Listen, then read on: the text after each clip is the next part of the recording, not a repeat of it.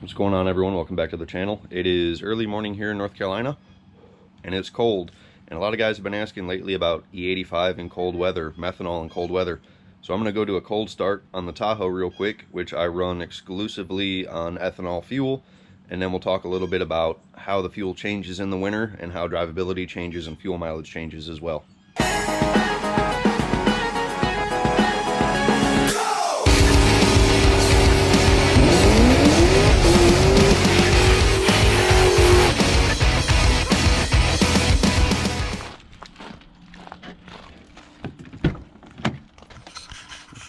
Still frosty. So it's about 26 degrees out right now. Let's see what happens.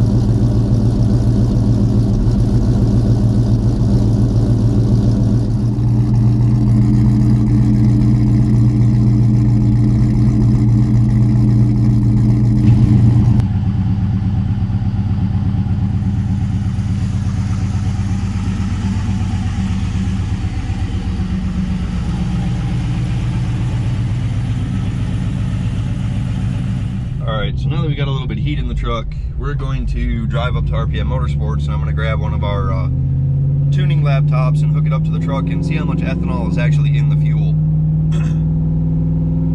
So a lot of Chevrolet vehicles came equipped with flex fuel sensors, and we've added flex fuel sensors to other cars as well, because the blend is always changing. So we get most of our ethanol fuel from sheets, and it's anywhere from 51% to 85%. During the summer around here, it stays about 84–85%. I haven't checked it since the weather got cold, so that's what we're going to do. And then when I get back to the house, we're going to talk a little bit about why they changed the blend of fuel, why they don't keep it 85% ethanol, why it's not 100% ethanol. And we'll go over how ethanol fuel acts in different weather. Okay, so we have the laptop hooked up to the truck, and you can see right here is our alcohol percentage. We're at 65.6%, which is a little higher than I thought it would be. You can see we're idling 650 RPM. Everything's working like it should, and it's warmed up a little bit outside. It's about 35 right now, but no weird issues.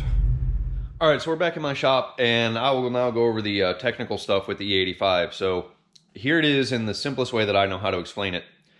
E85 does not turn into a vapor below about 52 degrees on its own. E85 has a lot higher vapor point than gasoline. Straight ethanol is about 52 degrees. Gasoline is negative 45 degrees, and that's in Fahrenheit. So gas has the ability to ignite when it's cold, where when you have ethanol or E85, which is going to be mixed with gasoline, the point at which it can vaporize and ignite is a higher temperature.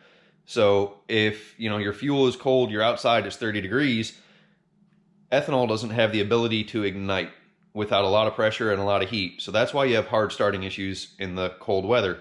So down here in North Carolina, not so much a problem because we very rarely get below freezing. So if you're at 15% gasoline, you're in good shape. 20% gasoline, whatever. Up north, if you were on E85 or say straight methanol, it will never ignite when it's this cold out. So you have to have engine heaters, oil heaters, stuff like that. So yes, you can run E85 when it's cold. It might not be 85% ethanol, it might be 70, 65%, something like that. So I'm going to keep running E85 in my Tahoe. I like the smell. Fuel mileage is terrible, which I showed you guys earlier. But it does make a little bit more power, and it's because you use more of it and it burns cooler. So I want to thank you guys for watching. You can always find merchandise. There's a link in the description below, and comment on this video if you have any questions. I want to thank you guys for watching. We'll see you next time.